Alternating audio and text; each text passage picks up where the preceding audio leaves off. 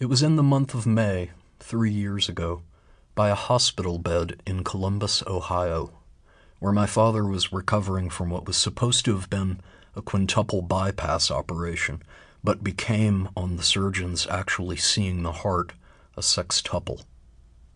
His face, my father's face, was pale. He was thinner than I had seen him in years. A stuffed bear that the nurses had loaned him lay crooked in his lap. They told him to hug it whenever he stood or sat down to keep the stitches in his chest from tearing. I complimented him on the bear when I walked in, and he gave me one of his looks, dropping his jaw and crossing his eyes as he rolled them back in their sockets. It was a look he assumed in all kinds of situations, but that always meant the same thing. Can you believe this? Riverside Methodist Hospital, the river being the Olentangy. My family had a tidy little history there, or at least my father and I had one. It was to Riverside that I had been rushed from a Little League football game when I was 12, both of my lower right leg bones broken at the shin, in such a way that when the whistle was blown and I sat up on the field after my first time carrying the ball all season, I looked down to find my toes pointing a perfect 180 degrees from the direction they should have been pointing in, at which sight I went into mild shock on the grass at the 50-yard line and lay back to admire the clouds. Only the referee's face obstructed my view. He kept saying, "Watch your language, son," which seemed comical since, as far as I knew, I had not said a word. I seem to remember, or may have deduced, that my father walked in slowly from the sidelines then, with the exceptionally calm demeanor he showed during emergencies, and put his hand on my arm, and said something encouraging, doubtless a little shocked himself at the disposition of my foot.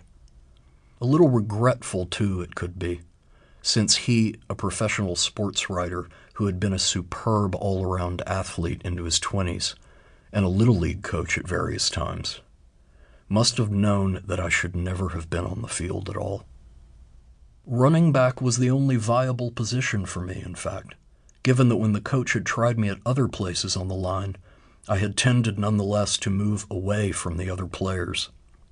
My lone resource was my speed. I still had a prepubescent track runner's build and was the fastest player on the team.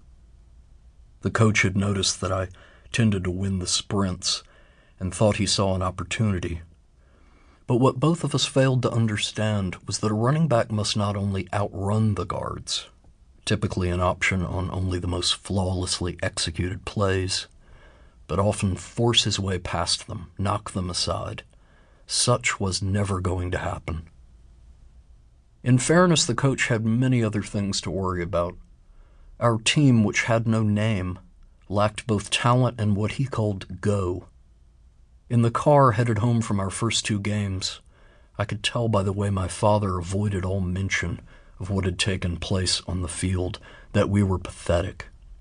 Not Bad News Bears pathetic, for we never cut up or wanted it or gave our all.